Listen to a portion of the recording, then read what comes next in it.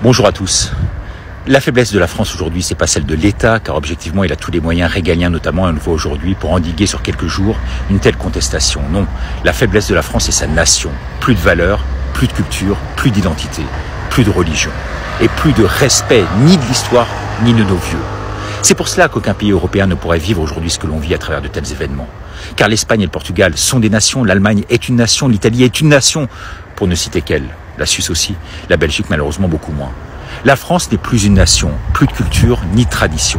Elle n'est composée que de populations hétéroclites, bigarrées, qui ne s'entendent qu'autour du foot et de la Coupe du Monde et qui se détestent fondamentalement, crucialement, socialement, ethniquement.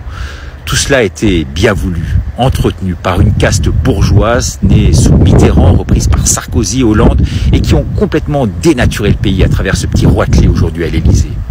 Hier, on me disait ce que tout le monde semble dire, les racailles sont d'origine africaine. Mais comment se fait-il que lorsque vous allez au Maroc, en Tunisie, en Algérie, vous aurez sur place une paix royale et que pratiquement jamais vous n'aurez aucun problème de sécurité, même en étant blanc? Ce ne sont pas des racailles sur place, ce sont des gens doux, affables, au regard gentil, généreux. Et on nous fait croire aujourd'hui que l'islam c'est la terreur. Non, les Arabes et les Noirs, musulmans pour la majorité, ne sont pas des voleurs. J'ai vécu en Afrique longtemps. Comme nos autorités et la presse nous poussent à vouloir nous faire croire et à nous monter notamment les uns contre les autres. Ce sont que des jeunes sans repère dans nos banlieues, ni religion, que l'on a voulu sciemment ghettoiser, qui foutent la merde aujourd'hui. Vous pouvez vous balader à n'importe quelle heure aujourd'hui dans les rues d'Alger, de Tanger, de Marrakech, vous n'aurez donc aucun souci.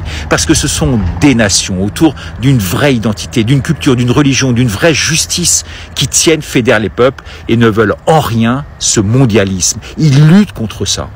En France, on a tué le spirituel. Leur guerre, elle est avant tout spirituelle. En France, nos racailles ne prient pas. Ceux dans les quartiers qui prient, ils ne vont pas voler ni casser les vitrines des magasins. Alors, vous aurez bien sûr peut-être ici ou là un imam qui excitera les foules, mais c'est une infime minorité, tout comme un prêtre déviant, comme il peut en exister. C'est donc la laïcisation de cette société française, c'est le manque de repères et de valeurs, ce sont les drag queens élyséennes, ce wokisme à la con, voulu par nos dirigeants, qui souhaitent nous l'imposer, qui créent sous couvert de relents mondialistes et de GOG. GOG, c'est gouvernement d'occupation globaliste. Toutes ces fractures que l'on connaît en France aujourd'hui et nulle part ailleurs en Europe. Alors que faut-il faire? Eh bien, il faut reprendre la main au plus vite, reprendre le pouvoir pour imposer aujourd'hui nos vraies valeurs, celles que nos aïeux nous ont insufflées en se battant bec et ongle pour sauver nos vies. Eh bien, si vous êtes d'accord, partagez.